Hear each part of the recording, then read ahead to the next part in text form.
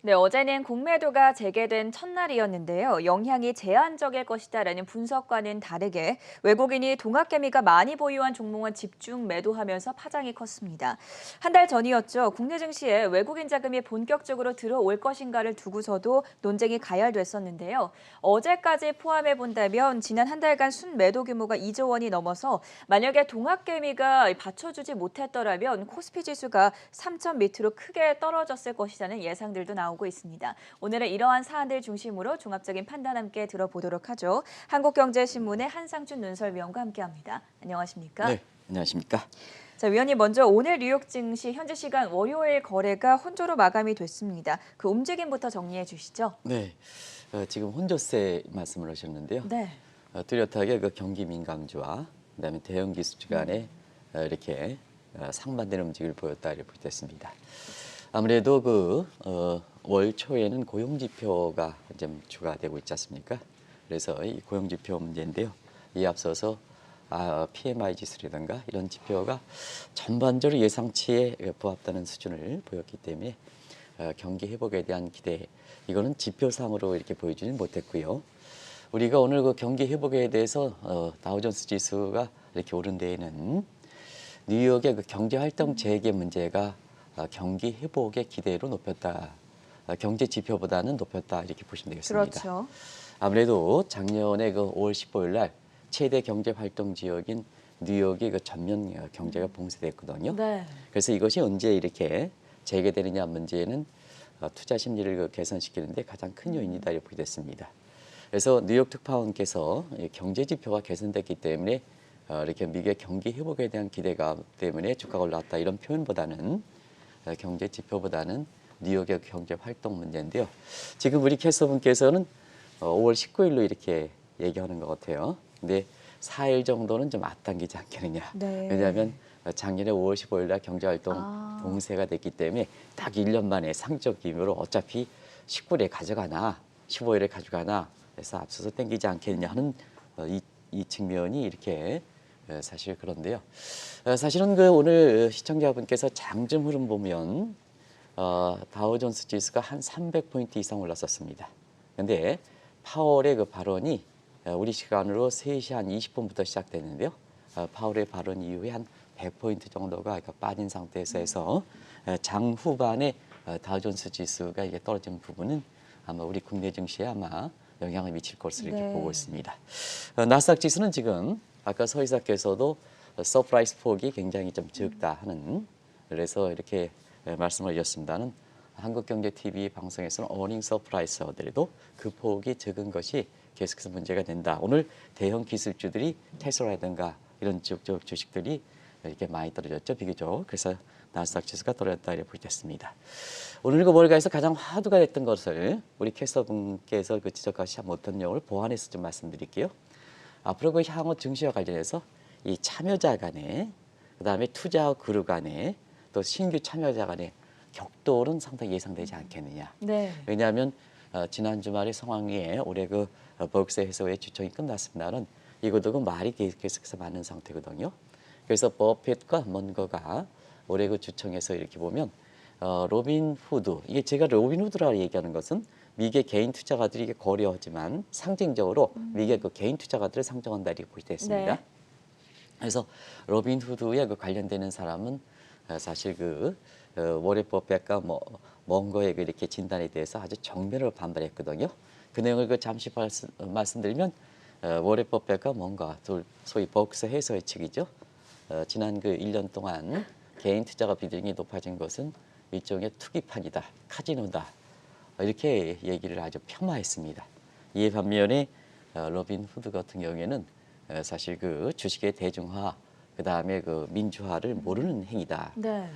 본인들의 기득권층이 본인들이 이렇게 심판이라 해서 기득권에 옹호를 하는 과정에서 지금까지 워렌 버핏이 이렇게 이익을 향유하지 않았느냐 하는 측면에 전면 반발이 돼서 로빈 후드의 어떤 행동주의화 이런 문제가 계속해서 앞으로 뉴욕 증시에 관심 있게 지켜볼 필요가 있다는 걸 말씀드리고요. 또 한 가지는 오늘 파월 의장의 발언이 있었죠. 네. 내용이 이렇게 전반적으로 보면 경제에 대해서는 이제 회복되고 있다. 근데 고르지 못한다. 오늘 어조가 좀 바뀌긴 했는데 강하게 회복되고 있다 하는 측면에서 종전보다 더 전향적 입장을 취하고 있습니다. 그런 과정에서 사실 파월 의장이 발언하기 전에 다우존스가 300포인트 가깝게 오르다가 지금 한 70포인트 정도 230포인트를 끝난 데에는 버핏의 버크사에서 주청해서 인플레 우려를 좀 했거든요. 네. 그 인플레 우려가 파월 의장이 잠식히지 못하고 오히려 부각되는 상태에서 경기의 그 민감주 이런 것들이 장막판에 이렇게 주가가 떨어지는 배경이 됐다 하는 걸 말씀드리겠습니다. 오늘 새벽에 마감됐던 뉴욕 증시의 중요한 사안들 먼저 전해드렸고요. 어제는 한국 증시 공매도 재개 첫날이었습니다. 공매도 재개에 따라 영향이 크지 않을 것이다라는 시각과 다르게 주가는 비교적 큰 폭으로 떨어지지 않았습니까? 네, 영향이 제한될 것이다 이렇게 얘기했고 네. 장주 초반에 주가가 좀 올라왔기 때문에 이렇게 많은 그 전문가들께서 공매도 문제에 대해서는 그렇게 줍줍허러한 시각에 아침 방송에서도 이렇게 나왔던 걸로 봅니다.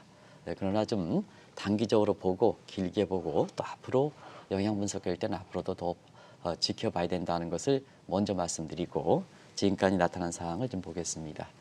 이번 5월 3일 조치가 공매도 제가 2월 3일 날 했었죠. 그에서부터 좀 길게 좀 보겠습니다. 이때 2월 3일에 코스피가 3,129, 그다음에 4월 30일 날 3,147. 이제 이렇게 주말이 있었죠. 그래서 5월 3일 날 공매도 3,127에서 20포인트 떨어졌죠.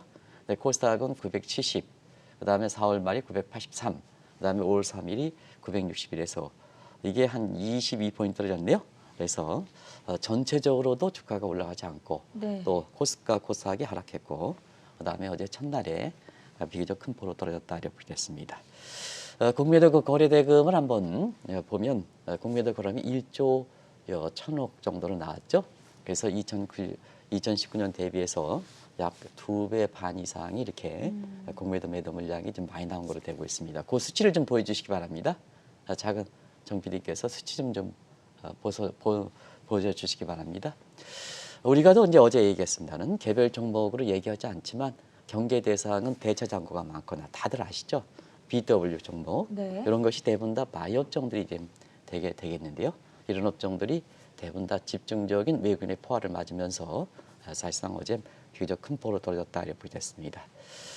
그래서 그런지 이제 자꾸 이렇게 말씀드려서 죄송합니다는 이런 문제가 정치적 측면에서 부담이 되기 때문에 많은 그 국내 증시의 전문가들이 줍줍하고 4,000, 3,600 부를 때 아마 그 기간 동안에 정책적 요인이 한국 증시에 많은 영향을 미치기 때문에 작년에 여름 휴가철까지는 미국의 기술주, 그 다음에 그 위에는 한국의 주식, 올해 들어서는 한국 주식 위험 관리, 미국의 주식 다시 근데 경기 민감주, 그래서 경기 민감주를 많이 하고 있는 2월 3일부터 지금까지 이렇게 보면 다우존스 지수가 3723에서 오늘 그 34,113 정도 이렇게 정도 해서 11.2%나 올랐습니다. 네. 그래서 우리 코스닥 대비 이렇게 짧은 3개월 동안에 주가의 측을 어느 쪽으로 하느냐에 따라서 우리 주식은 하락한 데 반해서 미국의 다우존스 지수는 종목을 좀 얘기할 수 없기 때문에 왜냐하면 많은 종목들이 포함되어 있기 때문에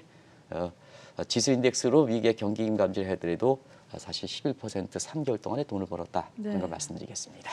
어제 공매도 재개의 영향이 컸음을 알 수가 있었는데요. 당초 제한적이라고 했던 증권사들이 그 영향의 원인을 대만과 인도 증시로 돌리는 시각, 이에 대해서 동학개미들도 약간 비판적인 시각을 가지고 있지 않습니까? 근데 이건 이제 시청자분이 좀 궁금해하는 사항입니다.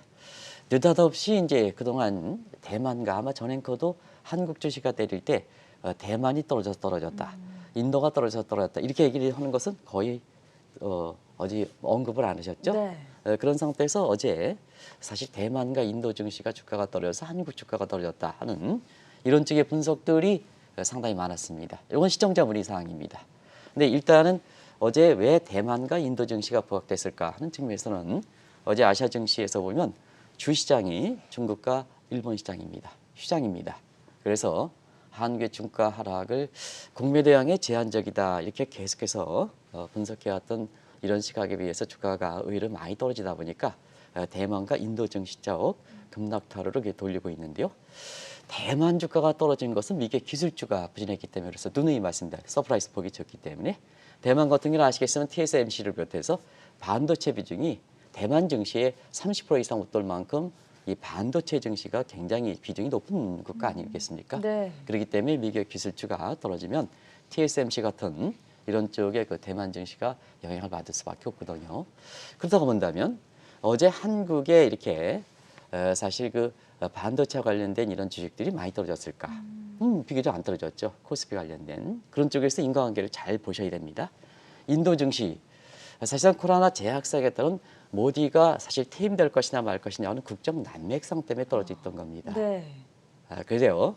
인도 증시 때문에 미국 증시도 영향을 받았다. 그다음에 한국 증시도 어제 영향을 받았다 하는 이런 쪽 분석은 다시 한번 좀 다음 자막을 통해서 시청자 문의 사항이니까 좀 보도록 하겠습니다. 사실 그 한국의 증시는 뭐 시청자 여러분 항상 인도와 대만 이제 우월적 지위를 갖고 있습니다. 우월적 지위. 네. 항상 이게 우월적 지위죠.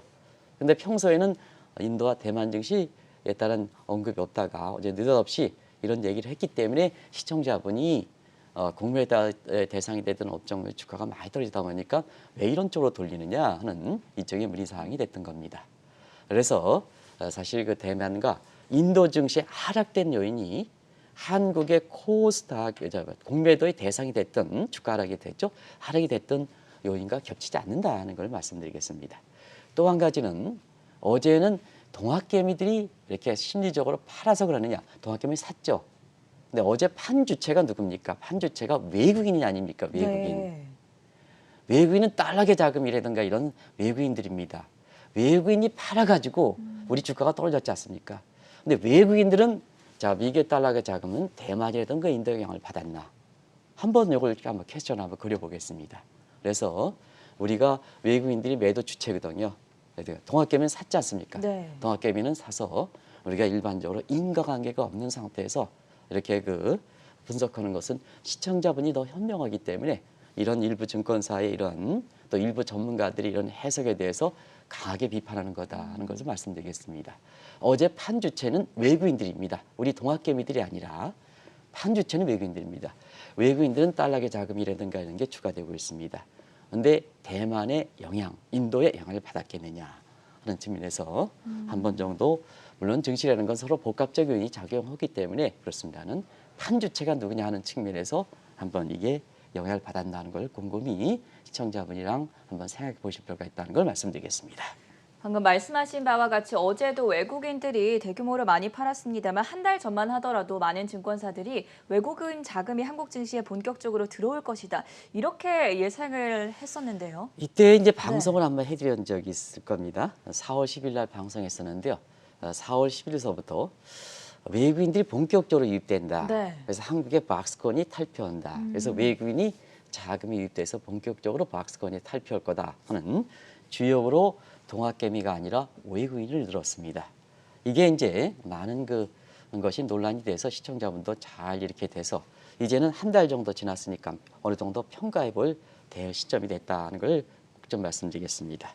일단은 그때 당시에 사실 삼성전자 우리나라의 대표하는 삼성전자에 이렇게 그 실적 발표를 앞두고 외국인들이 이렇게 매수를 돌았었다 보니까 네. 아마 이런 쪽의 전망이 나온 것이 아닌가. 그때 기억나시죠? 일부 증권사에서 삼성전자를 비롯한 대형주를 외국인들이 사다 보니까 마스권 탈피에 외국인들이 주가 돼서 이렇게 탈피할 것이다 하면서 이 코스피 전망이 3,600 이상으로 이렇게 보는 시각이 있었습니다. 그러나 외국인들이 이렇게 보면 지금까지 보면 삼성전자 실적 이렇게 발표를 이후에 매도세로 돌아서고 있습니다. 대형 그 업종에 대해서도 외국인들이 계속해서 매도세를 돌아서고 있는데요. 아까 코스피의 지수에서도 2월 3일 대비해서 코스피가 오히려 거꾸로 떨어졌습니다. 코스닥도 떨어졌습니다. 그런 상태에서 자 지난 한 달 동안에 동학개미들이 우리 주가를 받쳤느냐, 자 외국인들이 박스권 탈피했느냐, 오히려 주가를 떨어뜨렸냐 하는 것을 한번 보겠습니다. 4월 10일 이후에 개인과 외국인들의 매매 주체를 한번 보겠습니다. 네.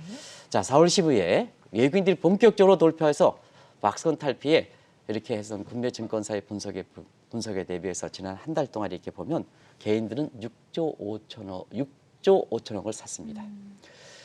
같은 기간에 외국인들은 2조 1천억 달러를 팔아버렸습니다. 네. 그러다 보니까 결국 자 그런 전망에서 한국의 박스권 탈피를 외국인의 주도해서 탈피하는 게 아니라 결국 외국인의 2조 1천 정도를 그대로 동학개미들이 바치지 않았다면 우리 코스피는 3,000m로 떨어졌다 하는 얘기가 나온다 이렇게 됐습니다. 그나마 지금의 박스권을 유지하는 데는 물론 한때 이렇게 1월 그 7일이 기록했던 최고치에 대해서 조금 탈피한 적은 있긴 합니다는 결과적으로 일시적인 아웃라이어를 본다면 일시적 현상으로 본다면 박스권이 유지되는 상황이거든요. 그런 상태에서 외국인들이 2조 1천억 정도 판 상태에서 코스피가 3,000m로 떨어지는 상황을 우리 개인 투자가들, 동학개미들이 받쳐서 6조 5천억을 이렇게 산 상태에서 기관들도 팔았죠. 그래서 6조 5천억 정도를 이렇게 사는 상태에서 그나마 박스권을 유지한 배경이 동학개미들이라. 네. 우리 정책 당국자 꼭 좀 이걸 좀 아셨으면 좋겠습니다. 그래서 우리 일부 증권사의 한 달 전에 페이퍼 같은 거 이런 거 좀 반성 좀 해주실 필요가 있다는 걸 말씀드리겠습니다. 이게 한국 증시, 한국 경제, 특히 증시에 동학개미들의 힘이 얼마큼 큰가, 그 역할이 얼마큼 큰가 하는 것을 보여주는 대목이다. 물론 동학개미 중에서 일부 투기적 성격을 갖고 있는 게 있습니다. 네. 근데 어느 증시나 그런 사람이 어디 있습니까? 미국도 그렇지 않습니까? 그런 측면에서 한국 증시에 버티는 힘은 동학개미들이다. 정책 당국자 입장에서 꼭 좀 이걸 좀 부탁 좀 드리겠습니다.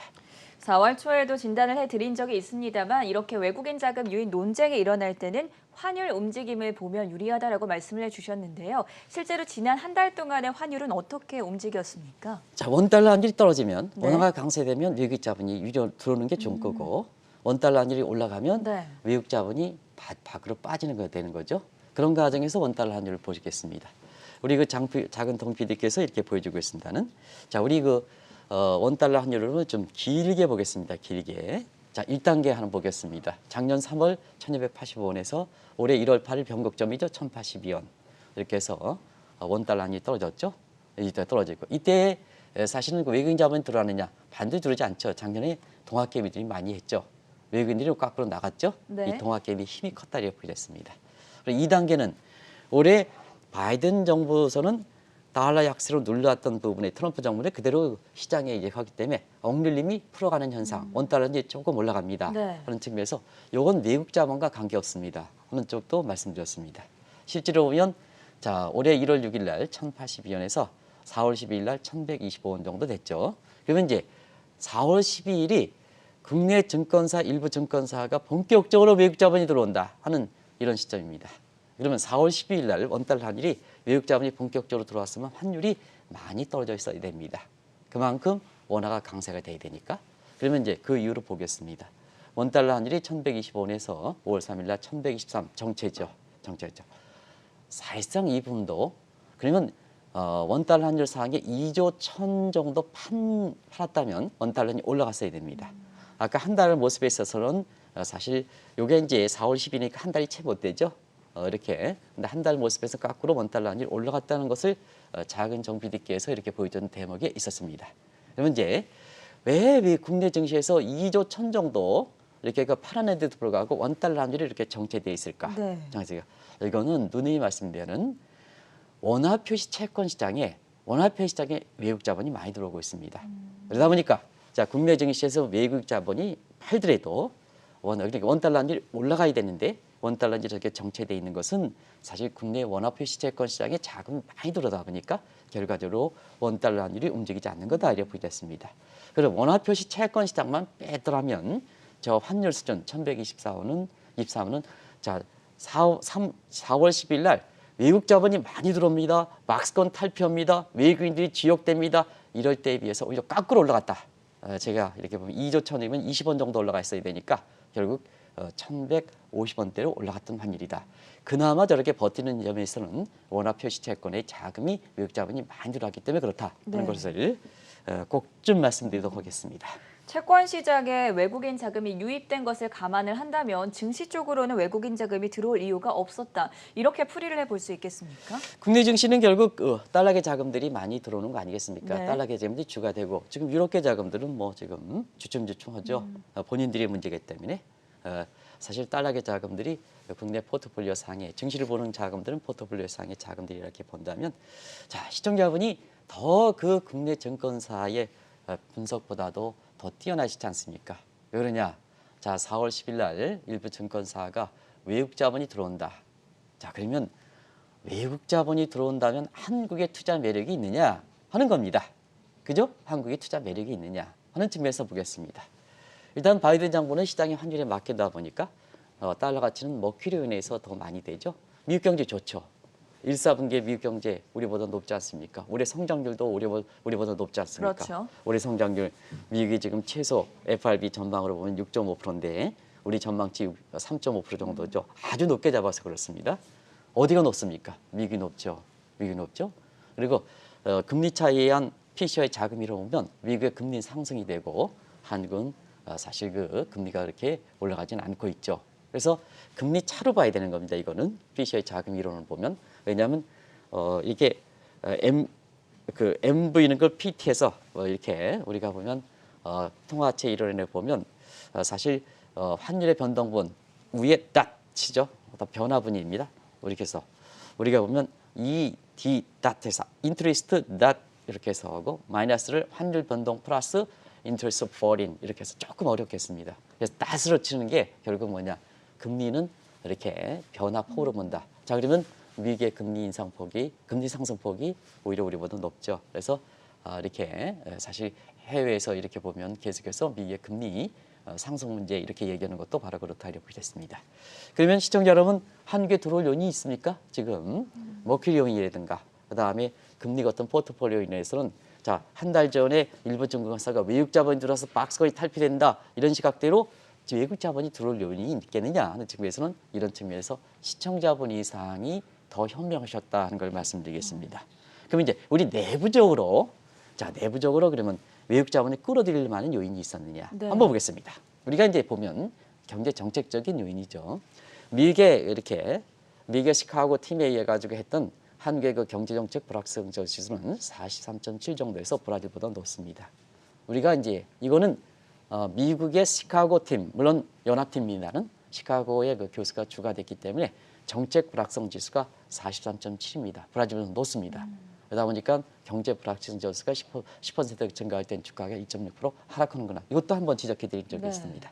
그래서 외국 자본이 그때 4월 10일 날 외국 자본이 본격적으로 들어온다 할 때 미국 쪽에서 한국 입장에서는 아웃워드 이게 유출될 요인 이게 더 강했었고 우리 입장에서는 국내 자본 인워드 끌어들일 요인에서 보면 사실 지금 코로나 백신 문제 누가 잘합니까? 누가 잘합니까? 미국이 더 잘하죠. 자, 미국의 경제 활동이 더 빠르죠. 지금 경제 폐쇄 지역이었던 뉴욕의 1년 5월 15일 날 지금 재개되는 거 아니겠습니까? 자, 지금 백신 보급통이 텅텅 비었다는 거 아니겠습니까? 남북 문제 그렇죠. 그래서 지금 정책과 관련해서 오락가락하죠. 미국 자본이 한국에 들어온 요인이 뭐가 있겠습니까? 네. 하는 측면에서 사실 국내 증시에 한 달 전에 외국 자본이 본격 유입돼서 박스권 탈피겠다는 이런 전망들이 사실 아웃워드와 인워드 차원에서 이탈 요인과 유인 요인에서 그렇게 높지 않았다는 걸 말씀드리겠습니다. 외국인이 한국에 추세적으로 들어올 가능성이 적다면 오히려 외국인 자금이 이탈할 가능성에 대해서는 어느 정도로 보십니까? 앞으로 이 요인이 계속해서 관심이 되는 거 아니겠습니까? 네. 오늘도 워렌 버핏의 인플레에 대한 발언 스멀스멀 다가온다. 우리가 이렇게 보면 테이퍼링도 파월 의장이 계속해서 부인하지만 네. 시장이라든가 지표상으로 보면 스멀스멀 다가오는 것 그렇죠. 같습니다 하는 네. 이런 표현을 우리가 지금 진단해 드린 적이 있는데요. 그래서 파월 의장이 오늘도 사실 그 금융 완화 부분에 대해서 계속해서 이렇게 이유를 찾는 것 같습니다. 오늘 이렇게 발언 내용을 한번 보겠습니다. 경제 지표는 계속해서 개선되는데 금융 완화는 계속해서 이렇게 지속되느냐 하는 측면에서는 경제는 전반적으로 강화된다. 아주 이번에는 좀 강하게 얘기했습니다. 근데 코로나 이후에 경기 상황이 좀 정전과 다르다. 그 내용에선 처음으로 K자형 고용 구조에 대해서 얘기했습니다. 네. 그거는 우리 방송 시간에서 계속해서 지적했던 문제가 그렇죠. 아니겠습니까? 이제 처음으로 파월 의장이 K자형 구조에 얘기했습니다. 그동안 K자형 구조에서 얘기하지 않았습니다. 전반적으로 인플레가 일시적이다, 경기는 부진하다, 이렇게 하고 그다음에 고용 문제는 사실 미흡하다 이런 쪽으로 했는데 오늘은 경제에 대해서 전향적이다 하는 측면에서 처음으로 K자 연구조다 이렇게 얘기했습니다. 자, 있는 사람들 고용에서 보면 대체로 더 저평가했다. 근데 없는 사람의 재층은 영구적 실업 문제로 인해서 지금 미국 경제가 이렇게 강하게 회복되더라도 이 사람들을 이렇게 고용이 이렇게 되지 않는다. 이 사람은 정부가 이렇게 보호를 해줘야 된다 하는 측면에 사실 그 금융 완화는 지속적으로 끌어가야 된다 하는 입장인데요. 요 대목에 있어서 시장의 공감대가 되지 않는 것은 자, 이게 시장 경제 금융 완화로 풀어갈 문제냐 이렇게 생각해 보시겠습니다. 시청자 여러분. 금융 완화로 풀어가면 주가가 더 올라가서 있는 사람들이 더 이렇게 보난자 이펙트가 있는 거 아니겠습니까? 네. 제닛 옐런대로 바이든 대통령의 대로 조금 이게 시각차가 있는 겁니다. 우리가 그래서 파월 의장의 교체 얘기를 먼저 했던 겁니다. 자, 지금 상태에서 금융 완화가 이거 회복세가 고르지 않다는 게 그 뜻입니다. 네. 금융 완화 시청자 한번 보겠습니다. 자, 경제가 강하게 회복되는 상태에서 금융 완화가 밑에 사람들의 고용을 증대시켜서 금융 완화를 지속된다면 금융 완화는 보편적 정책입니다. 선별 지원적 특정 계층을 하는 게 아니라 선별. 금융 완화하면 모든 사람이 혜택을 받는 겁니다. 그러면 자, 돈 있는 사람이 혜택을 받겠죠. 집값 올라가고 그다음에 사실 주식 올라가고 이렇게 오면 물론 밑에 동학개미들 로빈후드도 영향을 받겠습니다. 돈 있는 사람이 더 많이 올라가지 않습니까? 그래서 바이든과 그다음에 제닛 앨런의 시각대로 자, 있는 사람이 증세하십시오. 돈 내십시오. 이건 밑에 영구적 실업자는 경기 문제로 풀어올 문제는 아닙니다. 그러다 보니까 코로나 때 뜻하지 않은 효과를 누렸던 정부의 금융 완화 정책에 의해서 주가가 많이 올라가 집값이 올라간 이런 사람들은 자, 있는 사람들은 창의 능력에 의해서 이렇게 올라간 게 아니지 않느냐. 그 세금 내세요. 세금 39.6% 세금 내세요. 내세요. 자, 밑에 사람들은 자기 능력에 의해 가지고 지금 실업 문제에서 고용이 되는 거 아니지 않습니까? 코로나 때문에 경제활동에서 디지털로 바뀌는 과정에서 자, 앞으로 경기 회복되더라도 자발적으로 경기 회복되면서 올라가지 않습니다. 소위 스케일 임팩트, 상흔 효과가 있다는 얘기입니다. 이거 정부가 보조를 해야지 않습니까? 네. 근데 국가는 지금 국가 채무 재정 적자 굉장히 높습니다. 그러다 보니까 보난자 이펙트를 누렸던 있는 사람 내세요 세금으로 밑에 사람들 덜어주겠어. 이러한 게서 정책적으로 파월 의장 당신이 보편적으로 영향을 미치는 금융 완화 이것도 좀 변화를 줘야 되는 게 아니냐. 그래서 지금 미국의 정책 입장에서 보면 바이든의 대통령 그다음에 이것의 입김을 발휘한 제닛 앨런이 더 신뢰를 받는 겁니다. 그래서 내년 2월 달에 교체 얘기가 벌써부터 거론되는 겁니다. 그러다 보니까 파월 의장의 얘기를 이렇게 얘기한다더라도 자꾸 구실을 찾는 거죠. 자꾸 우리가 공매도 문제에 대해서 액면그대로 왜 바이든 업종이 많이 바이오 업종이 많이 떨어졌을까? BW를 발행하는 업종들이 많이 떨어졌을까? 그다음에 고평가받았던 것이 많이 떨어졌을까? 이런 쪽에서 액면그대로 하지 않고 엄하게 대만, 엄하게 인도 이렇게 하다 보니까 결과적으로 인과관계가 명확지 않다는 얘기입니다. 그러다 보니까 자꾸 파월 의장도 그런 걸 실체를 이야기해서 자, 금융 완화, 코로나 직후에 무제한 금융 완화 정책이니까 지금 경기가 회복되고 있으니까 변화를 줘야죠, 변화를. 네. 경제 상황이 있는데 자꾸 변화를 안 하고 자꾸 금융 완화만 고집하다 보니까 파월 발언이 시장에서 먹히지 않는다는 얘기입니다. 경제는 생물입니다. 정책은 경제 생물의 변화대로 변화가는 것이 변화가니까. 예측이 틀릴 수도 있죠. 발언이 틀릴 수도 있죠. 그게 뭐 중요한 거 아니지 않습니까? 시장의 신뢰는 예측이 틀리고 그런 게 아니고 자, 거기 시장의 변화대로 내 느낌대로 정책이 가져가느냐. 오케이. 박수를 치고 그게 얘기했을 때는 시장에 영향을 미쳐서 이렇게 파월 의장이 잘 입장이 반영되는데 경제는 더인다. 근데 안 이렇게 되는 거죠. 그러다 보니까 월에 버핏의 인플레 얘기가 더 부각되는 거다 이렇게 보겠습니다. 그래서 앞으로 신흥국 문제는 사실 이렇게 미국의 인플레 문제가 경기 회복 그다음에 인플레 문제 이거에 따라서 텐트럼 문제가 계속해서 이렇게 올해 하반기 이후에 신흥국 증시에 계속해서 이것이 실제 얼마큼 영향을 나오느냐 하는 측면에서는 상당히 변수가 많습니다는 이 문제가 증시에 부담이 되지 않겠나 이렇게 보고 있습니다. 결론을 내보겠습니다. 지금의 코스피 박스권을 탈피하기 위해서는 어떤 주역들이 필요하다고 보십니까? 사실은 그 공매도 문제든 그다음에 4월 달에 이렇게 증권사에 박스권 탈피 외국인이든 꼭 그런 분들에 대해 말씀드리도록 하겠습니다. 네. 이제는 동학개미의 비중이 코로나 직후보다 월등히 높아졌지 않습니까? 이 사실을 왜 부인합니까? 그래서 국내 증시에서 이렇게 보면은 외국인의 비중이 과거보다 많이 약화됐다 이렇게 보시면 되겠습니다. 그래서 박스권 탈피에 외국인이 주도한다. 이런 과거에 소위 외국인이 주도하는 양상에서 좀 벗어날 필요가 있다. 그래야 사실 국내 증시의 주권 문제 이렇게 보면 국내 기업이 주의가 되고 그다음에 동학개미 같은 이런 들이 주가 돼야 되는 겁니다. 언제까지 외국인의 영향력 이런 거에 대해서 벗어나지 못합니까? 이게 1997년 외환위기를 다 하고 나서 외국인의 우대 풍조하는 과정에서 아직도 남아있는 것이 아닌가 생각합니다. 그래서 사실 지금까지 이렇게 보면 어제 공매도도 문제도 외국인이 집중적으로 동학개미를 때렸다. 가지고 있는 보유동물을 때렸다. 이런 언론의 표현들은 마찬가지로 사실 공매도 문제에 대해서는 정책 당국자 입장에서는 동학개미의 비중이 높아졌으니까 이 사람들을 좀 옹호하는 정책을 나와야 된다 하는 측면에서 어제 그 공매도 문제에 대해서 한번 우리가 점검할 필요가 있고요.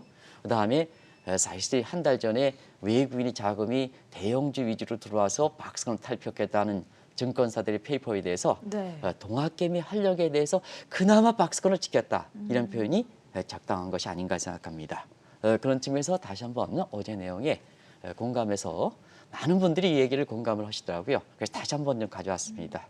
우리 그 시청자분께서 모 회장님께서는 이 내용을 좀 계속해서 반복해서 좀 얘기해달라 하는 것을 좀 네. 말씀드리는데요. 자, 한국 증시는 좋은 기업이 담아 있어야 되고 좋은 투자자들이 담아 있어야 됩니다. 좋은 기업이라는 건 상장되고 상장돼 있는 머무르는 한국 거래소에 넘어 있는 업종들입니다. 기업이 되겠습니다. 그리고 이것은 뭐냐? 좋은 투자자들. 우리나라의 그나마 정책 당국에 그래서 지킬 수 있는 거기에 뜻에 가질 수 있는 게 우리나라의 그 국내 사람들 아니겠습니까? 외국인들 시각에서 보면 한국의 경제 정책에 우호하는 세력이 아니지 않습니까?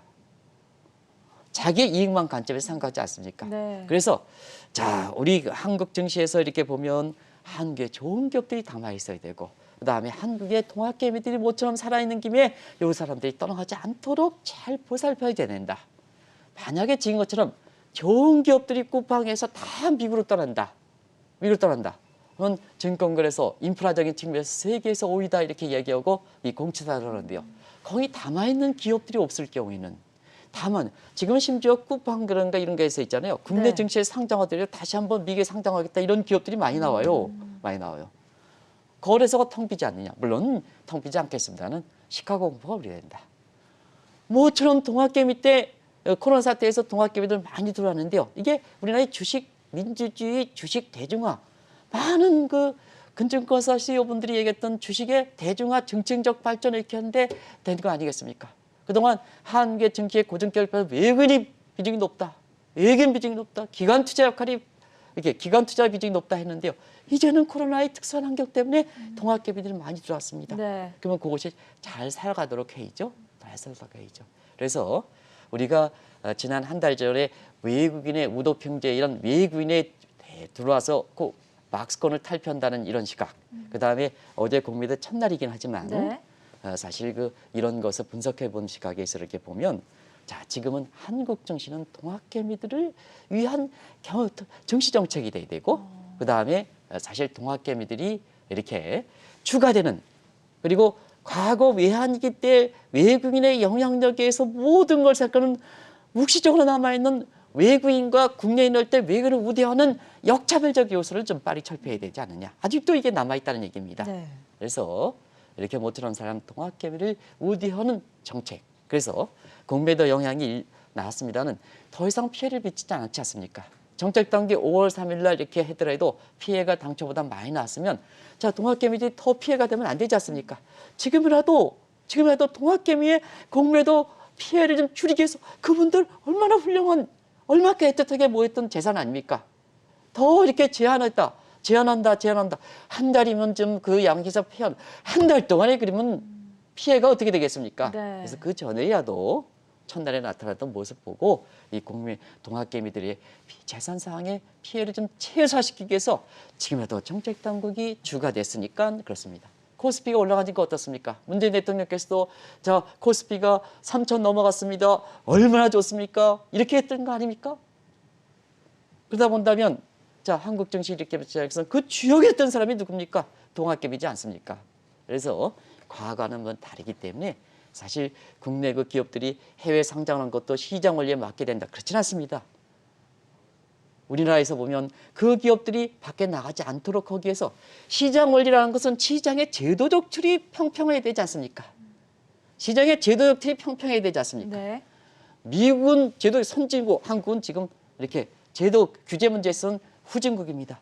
규제 틀이 공정하게 경쟁될 수 있는 시장의 제도적 틀이 갖춘 상태에서 시장 경쟁을 맡기면 오케이, 그럼 박수 칩니다. 근데 그게 공평한 틀이 되지 않은 상황에서 시장 경쟁을 맡게 됩니다. 그럼 다 나가죠. 다 나가죠. 규제가 이렇게 많고 아까 정책 불확성률이 그렇게 큰데요. 저거 고쳐주지 않고 그렇지 않습니까? 네. 당연히 그 미국으로 나가는 거 아니겠습니까? 그래서 시장에서는 시장 경쟁을 이렇게 맡게 된다 하는 이런 시각으로 하시는 분. 자, 시장이라는 건 공정한 경제 틀이 있습니다. 제도적 틀이 있고 그 위에서 활동하는 마켓 퍼포먼스를 내는 활동력이 있습니다. 제도적 틀을 갖춰주고 나서 위에서 활동하는 것은 시장 경제에 맡겨야 되는 겁니다. 근데 제도적 틀이 갖춰지지 않은 상태에서 시장 맡기면 안 되는 겁니다. 제도적 틀을 갖추도록 노력해야 되는 거죠. 그래서 규제를 완화시키든가 해서 외국인의 우대 통제라든가 이런 것을 좀 줄여준다든가 이런 쪽에 노력은 해야 된다는 걸 꼭 좀 말씀드리겠습니다. 공매도가 재개된 첫날이었던 어제 시장에 미쳤던 영향으로 분석을 함께 들어봤고요. 또 코스피 지수가 박스권을 탈피하기 위해서는 무엇보다도 동학개미들의 활약이 중요하다는 점도 좋은 말씀 들어봤습니다. 지금까지 한국경제신문의 한상춘 논설위원이었습니다. 고맙습니다. 네, 고맙습니다.